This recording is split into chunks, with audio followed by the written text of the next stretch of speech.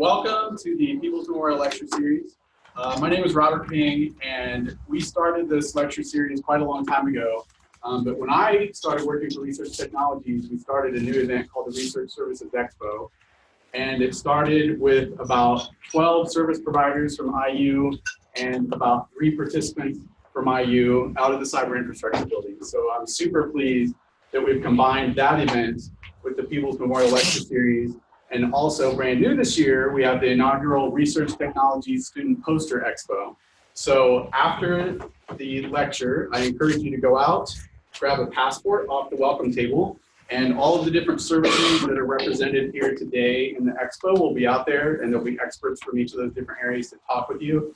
And if you visit 6 tables and bring the passport back to the welcome table, you get a cool Supercomputing for Everyone t-shirt. So we encourage you to do that. And also, we have several students from 3 different campuses who use advanced cyber infrastructure in some way. And we accepted 8 different posters, and they will be displaying their posters out in the lobby as well. And so we encourage you to go visit those folks. If you are a service provider here at IU, tell them about the things that you do at IU in your area so that they might know about something else that they can use for their research. And if you are a researcher, please encourage them to continue doing research at IU. We would appreciate that very much. So it is my privilege to introduce our Associate Vice President of Research Technology, Beth Plale. Thank you. Thanks for coming. It's my honor to introduce Beth today, and I have 2 pages, and I'll try to be quick. Beth has worked at the intersection of high-performance computing and data-intensive computing for a long time. She was dealing with big data before big data was cool. Beth was brought to IU's Computer Science Department through funding that came from the Lilly Endowment, and it's granted to IU to create the Pervasive Technology Labs. As a result of her excellence in teaching and research, she was the first woman to become a full professor in computer science at IU. She worked with the likes of the Office of Science and Technology Policy Director Kelvin Drogemeyer and Nobel Prize winner Eleanor Holstrom. Early on in her career at IU, Dr. Plale worked with Dr. Drogemeyer and former IU computer scientist Dennis Gannon, you guys will remember this, on LEAD. Anybody know what LEAD is here? George? You guys know what LEAD is? Yeah. Linked environments for atmospheric discovery, which was a system for forecasting the paths of tornadoes. Beth was one of a small group of 12 international researchers who founded the now 7,000 plus member Research Data Alliance, whose mission is to reduce barriers to data sharing. Since then, she has developed many innovative tools, technologies, and philosophies for dealing with data-centric research projects. The HathiTrust Research Center, which enables text research on an entire 15 million volumes of text in the Google Books collection, runs on concepts and technologies she developed. Beth became director of the Data to Insight Center and science director of the Pervasive Technology Institute in 2008, and for the last 2 years, 1, we've missed her very much, and 2, she's been on loan to the National Science Foundation, where her role is science advisor for public access within the Office of Advanced Cyber Infrastructure. Now, you guys can remember that mouthful. I'm sure there's an acronym for it, but Beth is also very active and quite the accomplished skier and bicyclist. Please extend a warm welcome to Dr. Beth Plale.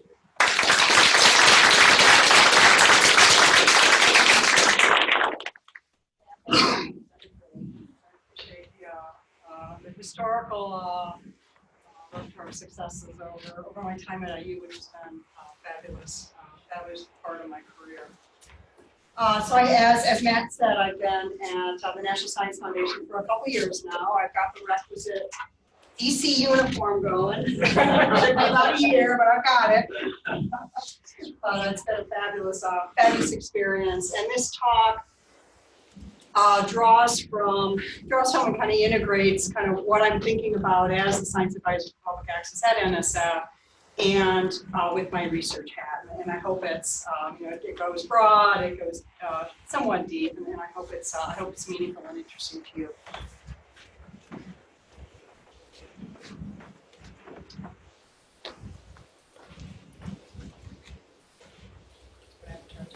I'm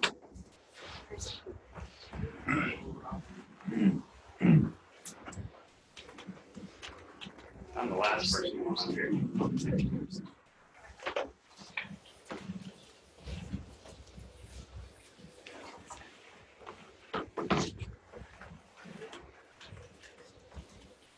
Somebody grab Rob, please.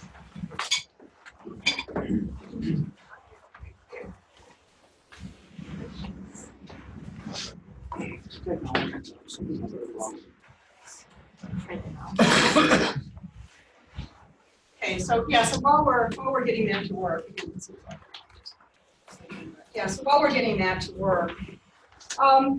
so open science is a fairly new term. However, it has its roots in science as a science that builds on the shoulders of giants. And in order to build on earlier work, that work has to be accessible. And for that work to be accessible through time, it's been accessible through publications. And for decades, and these observations on science as an ecosystem started with Vannevar Bush in 1946, coming out of World War II, where NSF was founded and the kind of the principles of science first began. So again, publications serve the basis of building on earlier work for decades until we kind of about the time we hit the point of the fourth paradigm, or we began to recognize the fourth paradigm. Are people familiar with the fourth paradigm? Okay, thank you. So, fourth paradigm is, it's a book that actually came out by Microsoft. Tony Hay was the editor of it. Dennis Gannon had an article in it. But computing then, the computing became, computing as a platform became dominant, and then the papers started to lose their credibility as the sole source of information for building off of prior work. And once we hit that point, we're now looking at a paper as partial for building on prior work as opposed to a complete record to build on prior work. And open science began its trajectory then. So the openness and sharing of information are fundamental to the progress of science and to the effective functioning of the research enterprise. And this was an observation in 1942. So it facilitates the realization that the norm of science, that results are critically examined before they're accepted. And this is, again, we're going to some theories, some results are strong. We're going to build on them. We fully understand them. We replicate them before we build on them. And that is the norm of science. However, in today's science research ecosystems, publications are no longer the sufficient means to openness, because the computational infrastructures, the data sets that we're doing our research with are not captured in the papers that are published, which are largely about scientific results. So we've left a chunk of that environment in which the research results were done. We've left that's left in the dark. And as we're seeing, data forms a foundation for much of new science. So going back to the lead work, which Suresh here was part and parcel with me a long time ago now. I did send Kelvin Drogemeyer a note and say thank you, or congratulate him when he got his AOSTP head roll. So yeah, he's still a fan of lead.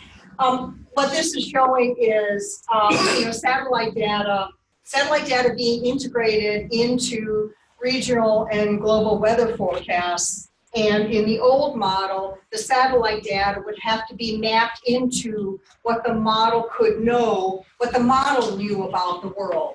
And now satellite data measurements are being dropped in their full form into the weather forecast, and you can see you're getting a lot better granularity on the forecast as a result.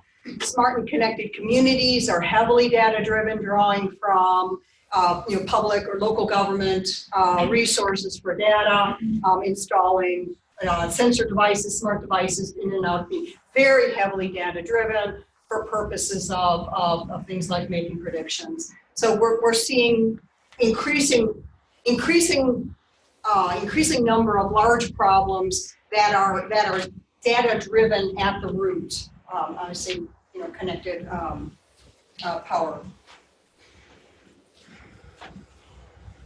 So with that recognition, we had an OSTP memo that came out, Office of Science Technology Policy, which is a reports to the White House came out, and this is where Kevin Kochemeyer is OSTP.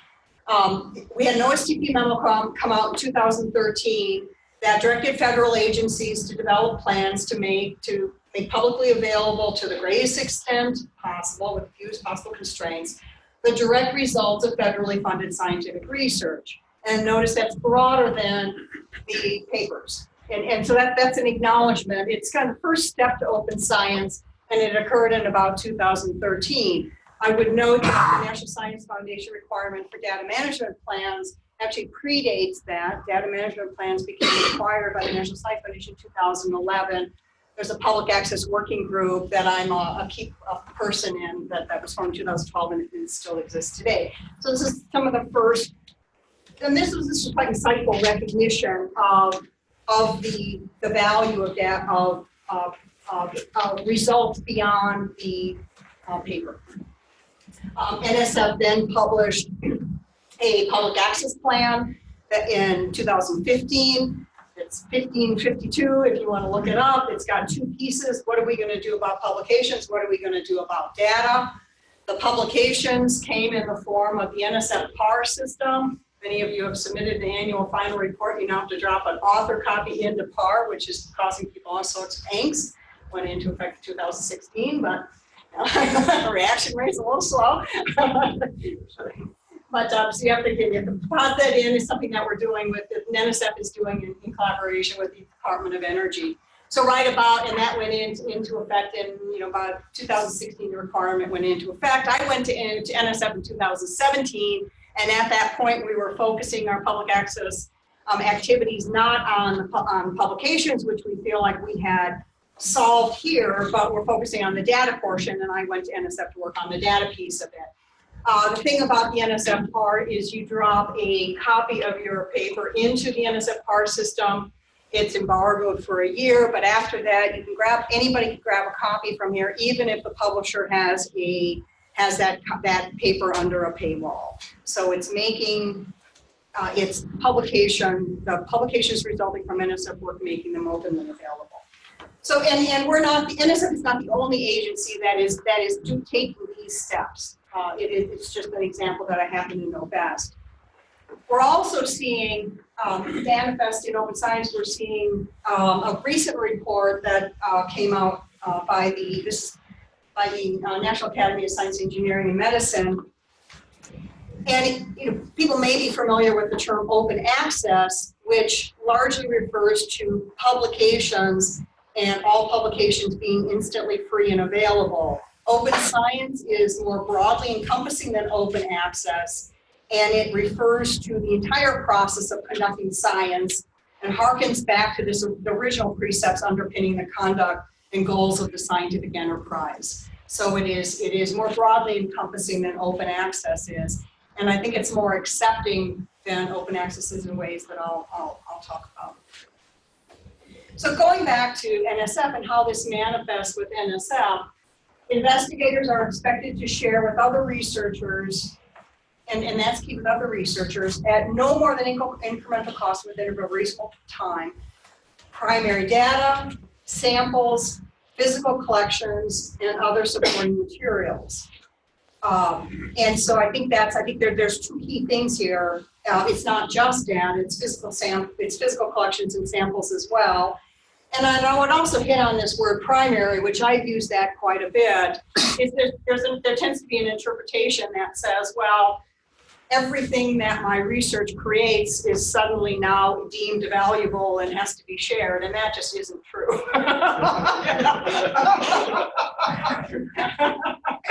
There's a lot of stuff you do in the course of research that isn't interesting to anybody, believe me. Not NSF. Okay. But anyway, I say that in humor, but he gets at a very valid point that I'll come back to. So again, going on with how these federal agencies are reacting to open science. So a researcher writes a data management plan for the important data that they expect to create during the course of their research.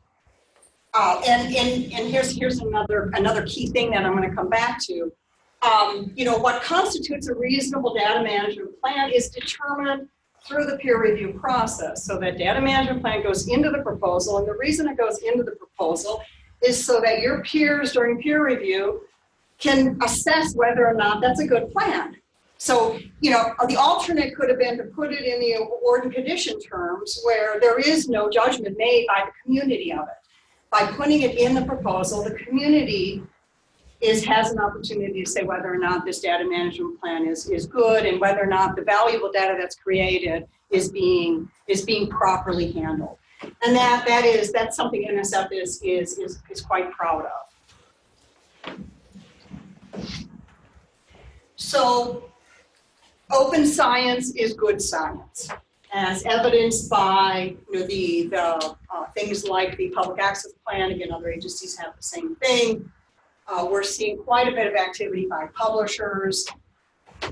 Nature Research and Springer formally endorsed guidance that promote transparency in the process of science. We're starting to see publishers through an activity that I didn't mention here that was funded by the Arnold Foundation. It's called AGU Fair, where the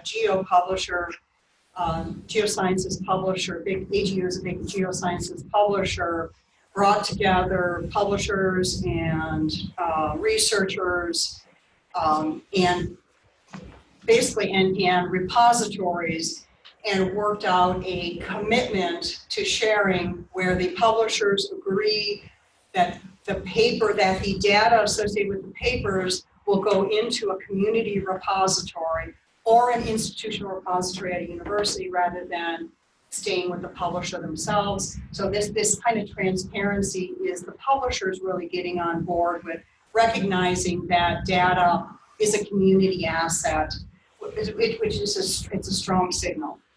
So again, we're starting to see, we've got multiple stakeholders in open science. We've got publishers, we've got repositories, we've got federal agencies, and we've got the researchers. And of course, the awards go to academic institutions, they don't go to researchers, so we've got the institutions engaged as well. So we're starting to see synergies and communication going on, which is wonderful. We're also seeing a negative force coming from something like the Open Science Foundation, which is good.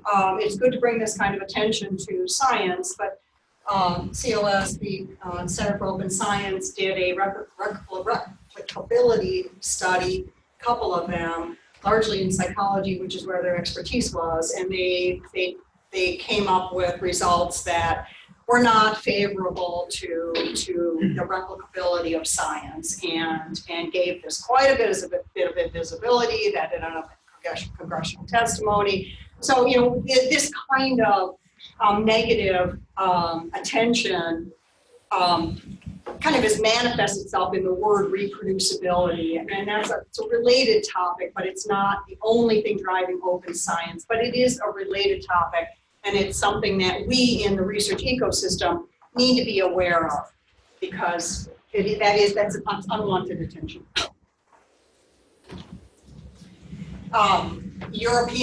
The last couple funding initiatives coming out of Europe, Horizon 2020, and then there's one that followed, I'm not sure what the name of that one was, have embraced open science probably more fully than we have in the United States. And through, I think, Horizon 2020 formed the Open Science Cloud, which is a major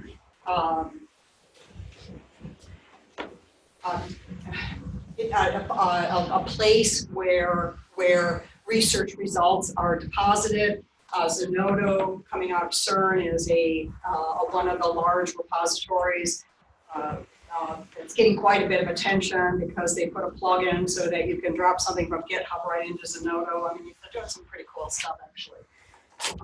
Europe tends to be a little more organized and a little more top-down, so people have heard of Plan S, so they're being a little more authoritarian and thou shalt put things in the Open Science Cloud, where the United States tends to not do that and let solutions kind of bobble up from the bottom and hope like heck the gaps aren't too big.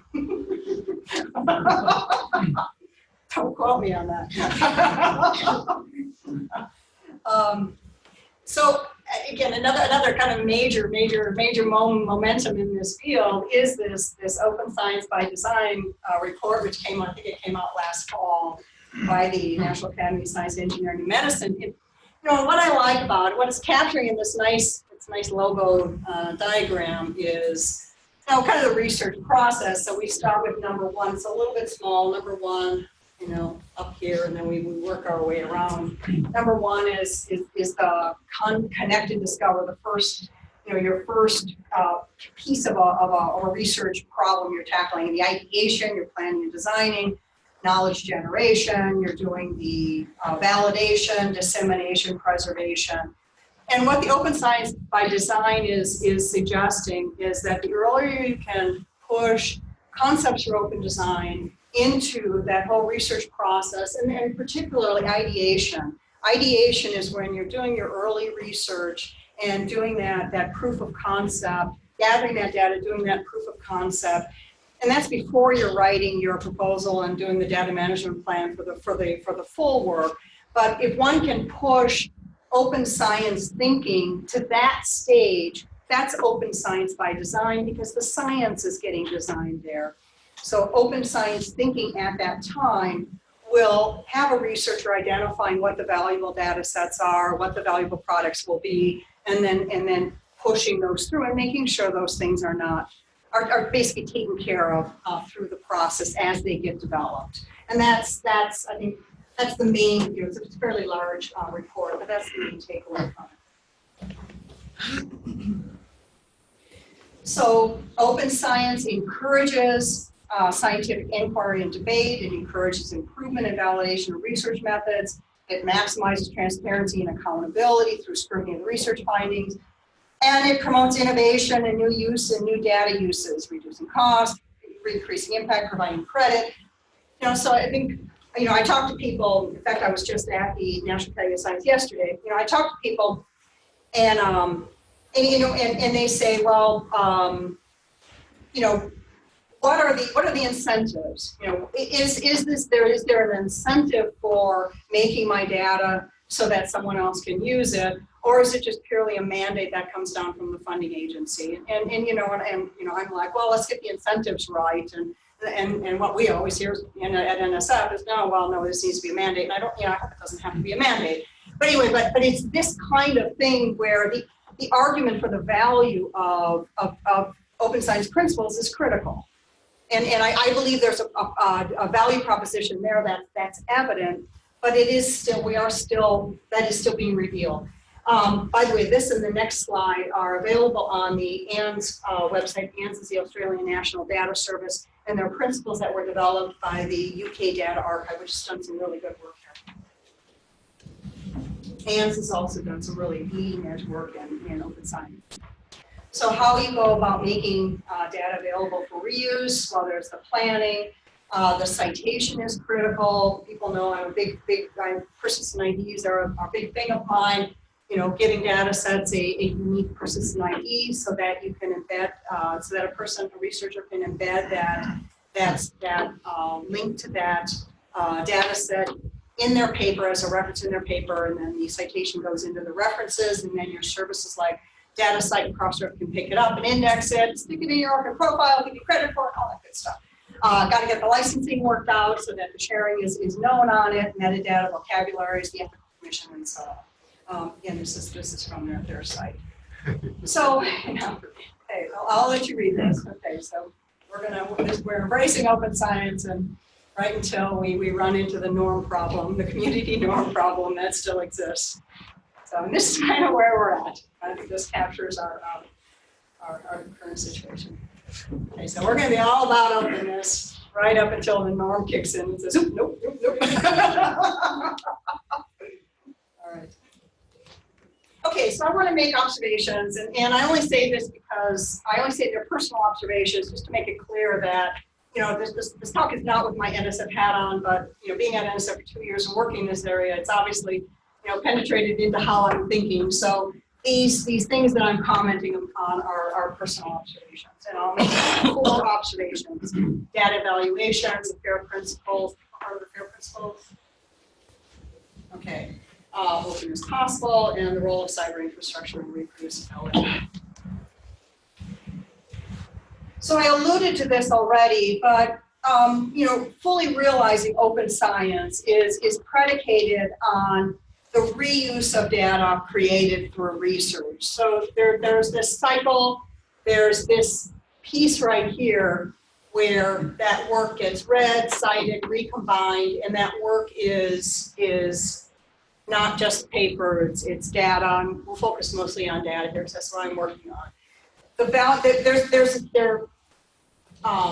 new science, and there is certainly evidence, new science can be had from reusing data, not just observational data, where we know observational data is made for use by a lot of different people, but work that's intended, data that's intended for a single use that then gets reused by somebody else. You see this in the medical community more than you see it in the sciences that NSF covers. But the argument is there, but it's an argument that needs to continue to be made. Okay.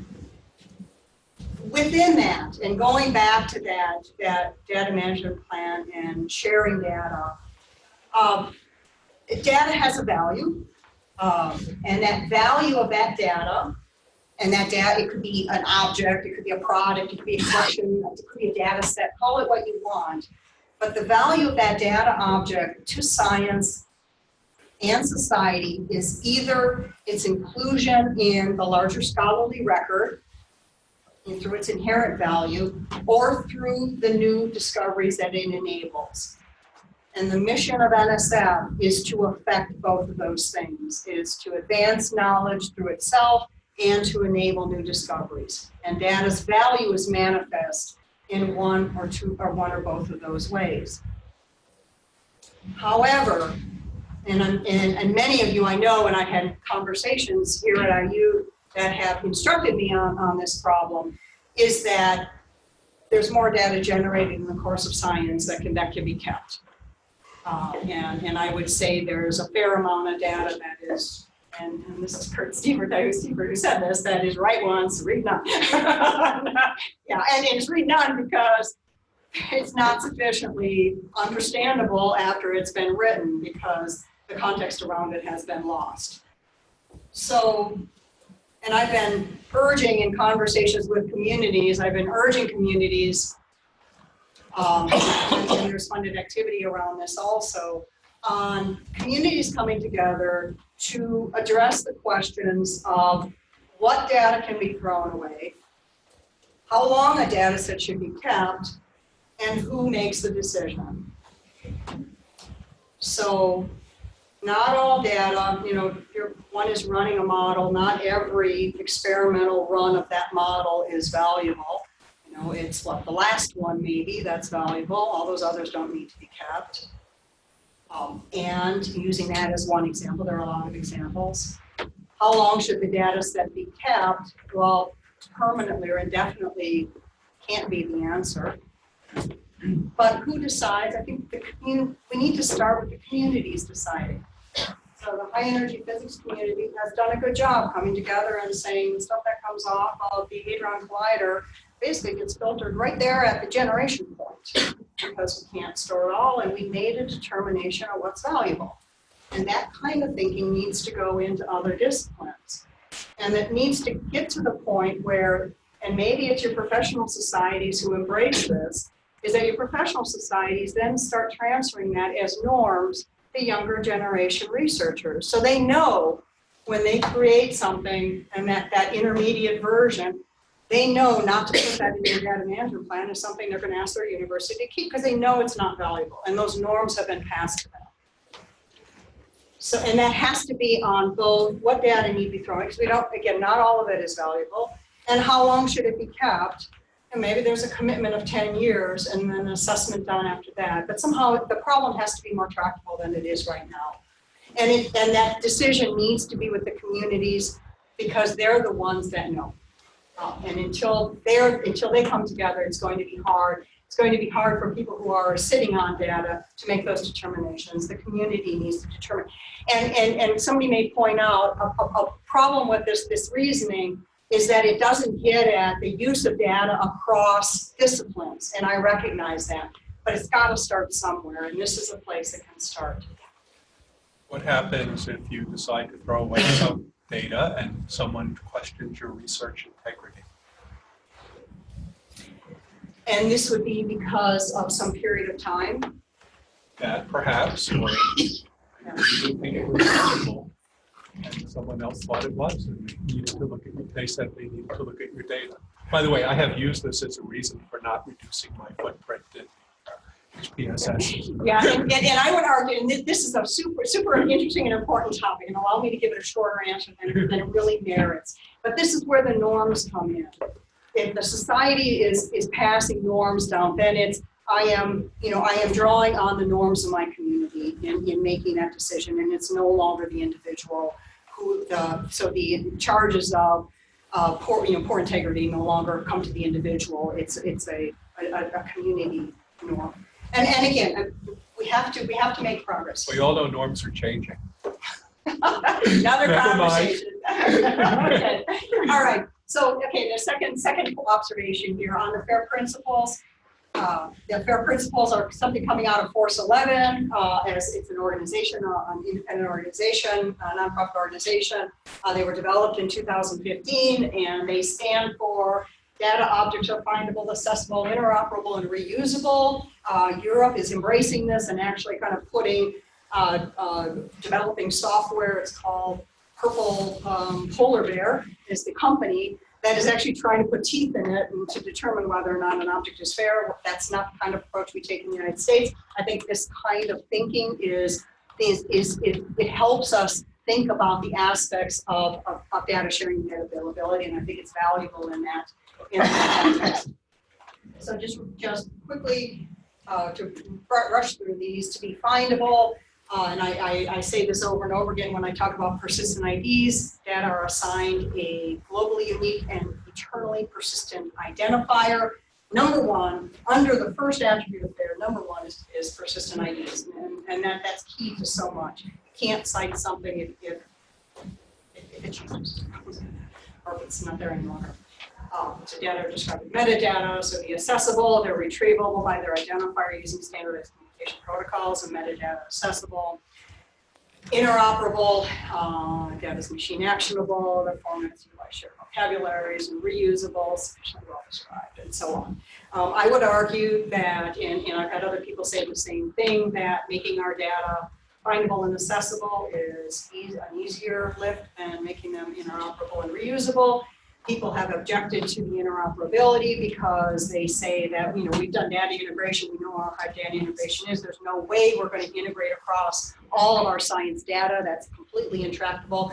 This, I would point out, is integration at a higher level. It's at the knowledge graph level or the semantic level, and it is doable. And it's something that the likes of Google and Facebook are doing already. So we don't have something like this for science.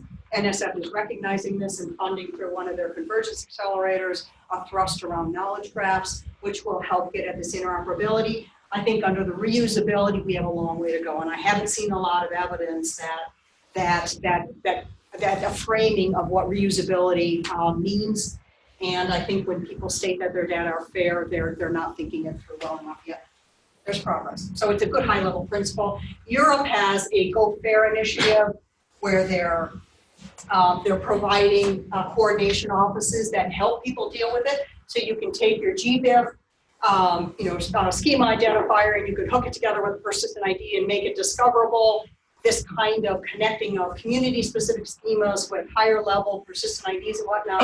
We need advice on that, and these Go Fair coordination offices and implementation offices tend to be growing up on a project and community basis in order to provide that expertise.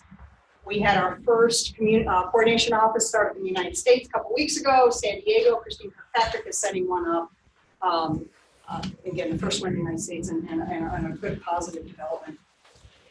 We do have, I'll just say, Rob Quick's not here, he might be in the audience or later, that we have the eRapid testbed, which is a local handle server for assigning persistent IDs that allows for experimentation. And that's running here, and see Rob for details. If one is going to assign persistent IDs to things and you don't want them to be DOIs, which give you an obligation or responsibility, get test handles, they resolve just as easily, and they don't have the long-term obligation that DOIs. It's hard to test with DOIs because as soon as you get one, you've got an obligation on it. So this addresses that problem.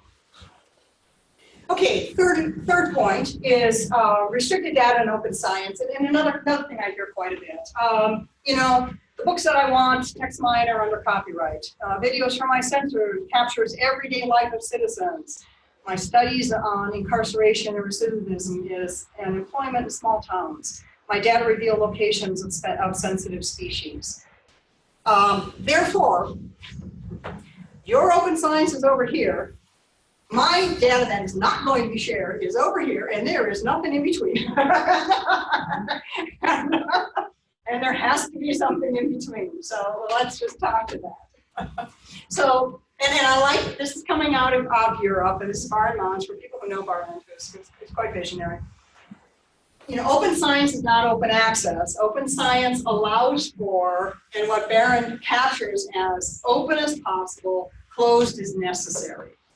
And this is the space that is, in my mind, and I've had Jim Carosi say this at a CASC meeting, that this is an emerging area where we've got restricted data set. They're restricted along any number of dimensions, but yet they're valuable for research. And how do we enable research without overly locking down the data itself? And we don't have many options these days. So open as possible, closed as necessary.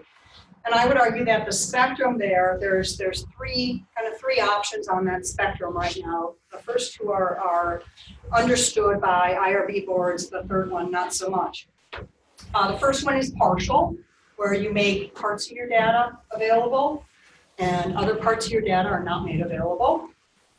The second one I call transform, and this is where you're completely, statistics are a transformed version of the raw data. So somehow that data, it's fully encrypted, and the analysis has to be on the encryption. And there are different ways you can transform your data to make it less sensitive. You're obscuring data. And then this third one is this notion of an enclave.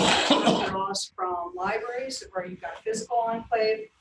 This is a remote access enclave. It draws on the work we've done in HathiTrust. Marie knows this quite well. It's remote access where researchers are given a container. That container is located in proximity to your large data set. And that enclave is composed of, there's a social piece of it and there's a technical piece of it. So it's composed of policies and human processes and technologies that work hand in hand to enable controlled access and use of the restricted data. And this I'm calling socio-technical infrastructure, because I think we've overlooked, when we talk about cyber infrastructure, I think we've overlooked the policy and human process piece when thinking about the protection that they offer. An example for this is the capsule framework in the HathiTrust Research Center. And really, I don't know if I have, yeah, and this model, which Marie will recognize, we had to kind of back into we do a lot of this because this work started in 2010, where we have human-facing policy, and then we have infrastructure-facing service agreements, and they mutually reinforce each other. And I'll exaggerate this story just a little bit, but we went into our HathiTrust work thinking that, this is my own bias, which has matured over the last 10 years, is that technology can do everything. That seems so naive now. But you go in thinking, okay, we can build this whole environment, and technology can do it all. And then we had something that was completely unusable, but it was safe. It was safe because nobody could use it. Okay, and I say again, I'm saying this somewhat in jest because it's a funny story, but and I actually wrote about it in a more serious way. But we did have to back off and say, okay, we have to make this usable, and therefore we have to put some trust in our users, and we have to put some human checks in there also. And again, we really had to back into that. And what I tried to capture in the paper that should be coming out soon is this balance. And I think these socio-technical infrastructures that we put together are going to be composed of both pieces that mutually reinforce each other. So our human-facing policies, I won't go into detail, but Maria, of course, can answer. We've got a paper on this non-consumptive use, which was, Google went to University of Michigan, said we want to digitize your library. IU jumped in, California Digital Library jumped in, and this non-consumptive use policy was part of the Google agreement, and the class action loss. A little bit of history behind it. So that determined our design. The terms of use are part of the human trust. The infrastructure facing, we've got a rights database that we enforce. We've got a threat model, a trust model that guides both the human piece and the technical piece. And then we do a human review of results exported from the capsule. So again, this mutual reinforcement, I think, is important. All right, and then the last and final point is cyber infrastructure and reproducibility. And I know committee of visitors at the last OAC meeting, or it's the ACCI. This one is open, one's closed, one's open, and one is dealing with topics of the Office of Advanced Cyber Infrastructure. Craig might know. But anyway, one of the topics they were dealing with was what responsibility does cyber infrastructure have for reproducibility? And then there's really two pieces of this. One of them, first of all, I would argue. Okay, let me step back from. Okay, this is a little bit more complex. So hopefully I can lay this out in a way that's meaningful. What are the necessary and sufficient role of cyber infrastructure in reproducibility? This, I think, is a current topic. I think it's being thought through, and I think it needs to be thought through. And I would leave the two terms that come out of computer science that are paired together: necessary and sufficient. And necessary and sufficient is really minimal and sufficient. And I think when people think cyber infrastructure role in reproducibility, they're thinking, I've got to capture everything, which tends to be larger than the results of the research itself. So there's whatever thinking that it goes on reproducibility, the responsibility of cyber infrastructure, I think has to focus on what's absolutely necessary and sufficient, and only that. And then also, there's been talk now of virtual machines being useful for research. The Association for Computing Machinery, as a publisher, I think there are other publishers that are saying, well, give us a VM. We're gonna target some grad students, drawing from some infinite supply of grad students who don't mind reproducing. Every paper that gets submitted to ACM will then rerun the work. I'm not sure that's sustainable. And I would make the observation that not all science is built upon, and that if something is going to be built upon, it's going to be built upon within the first maybe 3 years, and after that, let's throw that stuff away because the burden of the amount of information that's captured there is greater than what we can store. So again, this is going to have to come from a community, but a community can say, hey, if something hasn't been, something that's very computationally heavy, a result that's very computationally heavy, hasn't been reproduced in 3 years, it won't be reproduced, and we don't need all this support sitting around. Again, communities need to come to this, needs to be a norm, but we have to make the problem tractable. And then also, in thinking about your reproducibility object, what sources of data you use, as we see the ecosystem of science data begin to mature And we see things like persistent IDs and third-party services like DataCite and Crossref, which are indexing all of these data, all these persistent ID linked data. What you use in your research is really going to be a series of links, because much more is going to be more easily available in a reliable way than exists today. And I see us moving forward quickly in that space, thanks to some of our third-party services like DataCite and Crossref. So takeaway. 4 takeaways with respect to each of the observations I made. Community data evaluation, community norms need to be established on which data to keep and for how long. FAIR, I think FAIR is a reasonable working framework for achieving open science. It's not mature enough to use it as some kind of compliance, and nor should people be asserting that their data is completely fair, because I don't believe it. Challenge me, please. Open as possible. The socio-technical cyber infrastructure, a remote secure enclave, fills an important need for analysis of restricted and sensitive data. I think we need more activity in this space. And with respect to CI and reproducibility, just simply not all science is built upon. And again, we just need more reasoned, realistic, I guess pragmatic and realistic talking going on around that.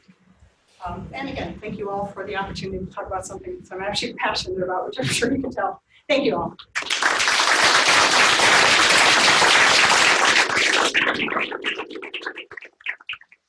Are there any questions? So, I mean, is there a way to actually make sustainable infrastructure for making this open and accessible? Because I mean, data management plans are being requested, but there is nothing like, that's just a plan, right? I mean, how do you actually implement and make it open for long enough time, and how are you going to sustain that operation? Yeah, so it's okay. So Europe's approach, and I actually think they've written into this into their funding, is that you write 10% of your grant for data management, and I think that's again, we tend to not be quite that directive, and I think there are a lot of cases where that's not applicable. However, we have clarified recently in NSF's policy that these what I can call them curation costs can be built into your grant. We will cover them. NSF will cover them. So those things can be accounted for. And I think, again, I think those norms need to be there to understand, to get a sense for how much that would cost.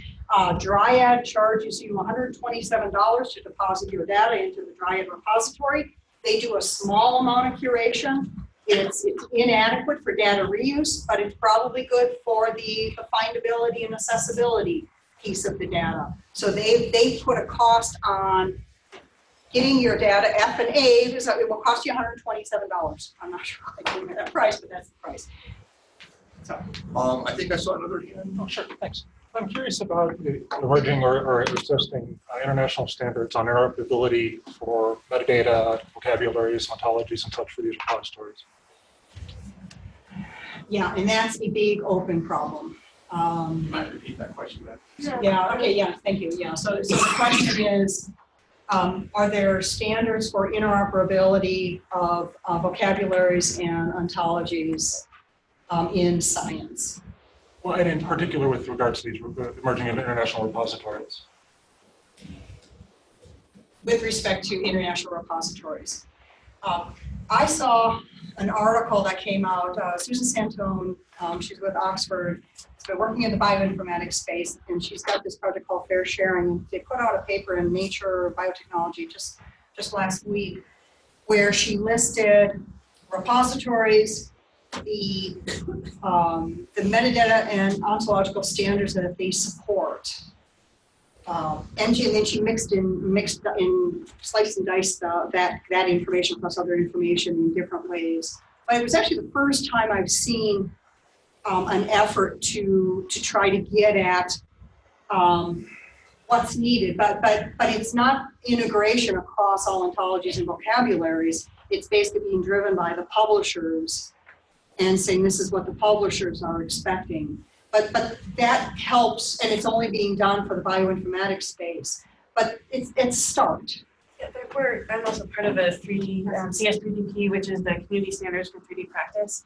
And so we're coming up with standards, and there is a metadata group, and there will be an open access book that will be coming out. But I mean, it's a real problem, but sort of addressing there. People from Europe also part of this project. So coming up with what it means to deposit a 3D object and what that looks like, and how do you describe it? Right, and I think, I think what you're describing is a community organizing itself on an international basis. It's an IMLS grant as opposed to. Okay, excellent, good. No, and I think that kind of thing is fabulous. And I think you're getting to the next question, which is interoperability across these different communities. And I think until we get more maturity within communities, that problem is going to be more difficult. But again, you know what, Google Dataset Search, we had Natasha might come in and talk to us about Google Dataset Search, is relying heavily on a minimal amount of data sets on the landing page that Google will then crawl,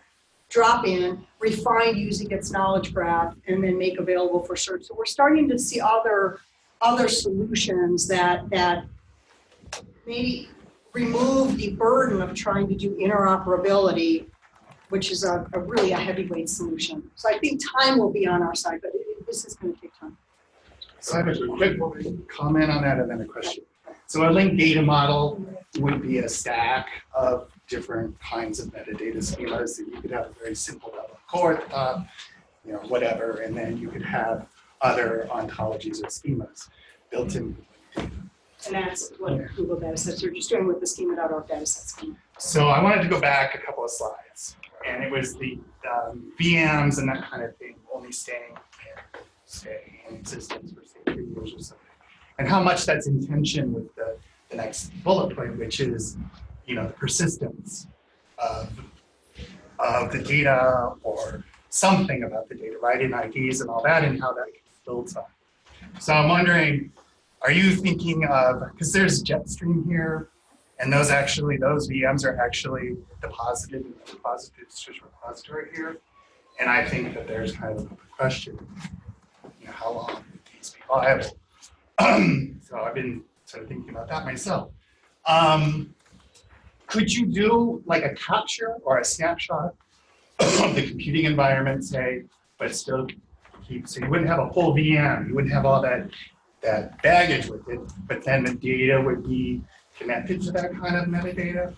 Like, I mean, I think right now we're just taking the VMs and we're just putting 10 gigabytes. I think it's a good first step. Yeah, but it is, you know, and I guess I'm thinking to the larger problem of it's just too much stuff and forever is just too long. And it's, you know, we got to get a handle on it. And how do you get a handle on it? So what you're suggesting is an iterative step, which I think is an important iterative step that says, okay, you know, reproducibility can take this form also. I think it can get even more abstract than that, frankly. But I think that's a really important first step. And yeah. And last question from Professor Gottlieb. Okay. So the NSF requires these data management plans. The NSF gives you large chunks of time at its supercomputing centers, but they don't necessarily give you persistent storage over years after your calculation is done, while the data may be useful to other groups or yourself. Is there a feeling that should be done? You're talking about getting rid of data, older data, and what do you do when there's no community standard at this point? If you write a data management plan that says, well, we'll keep it for 3 years, then we're going to throw it away, and one referee says that's not acceptable, another referee says, great, you're in jeopardy. I agree. Yes. So I went to NSF at a tumultuous time, 2017. The election had just taken place, and I said, first of all, is public access even important with the change in the administration? And I was convinced with the public access plan that we had that the work would remain important. And then the second thing I was told was, so we've got our plan for papers, and it's in the NSF-PAR system. Data, we're not going to do that. Good luck. So I think we're all. However, there are things that it's always in. It's a dynamic system. So. So with that, and then I can also say that the Office of Advanced Cyberinfrastructure is certainly aware of this middle space, is becoming more aware of this middle space, and I certainly walk around with my cudgel regularly on it. But it is there is a gap there. However, I also think though that having data in proximity to computational resources for some extended period of time. I think there's movement in that area. There's also dark store that's cheaper. We've got some efforts nationally to do this on a national scale. Larry Smarr's activity on the Pacific Rim is one of these activities. I think we are seeing that middle space fill in, but I agree with you. It is it's still being realized. Slowly, like everything. So let me close with 2 announcements. First of all, when you leave here, go visit the desk, see the posters. I've looked at a bunch of the posters. There is some really awesome scholarship by very impressive students out on the posters. Very cool stuff. And let me just also mention that this lecture and best presence here today are part of the Christopher Spaulding Peebles Memorial Lecture Series, which honors Chris Peebles' dedication and service to IU. He was a gentleman and a scholar in the best senses of those words. And there's a bit about him here. This lecture series is supported by an endowment at the foundation. And in 2003, when the lecture series was first set up, if you think about those economic times, the foundation told us that we could sustain this lecture series with a core asset of $10,000. God, was that nuts. The economy has not stayed the way it was in 2003, and it would be nice to have a little bit more money in the endowment fund. If you are so inclined, straightforward directions on how you can contribute to the sustainability of this lecture series are included on the back of this card. And I am totally sure that Chris would be proud of what we as a community have done and impressed with Dr. Plale's accomplishments were he here with us today. So let me ask that we close by thanking our speaker once more.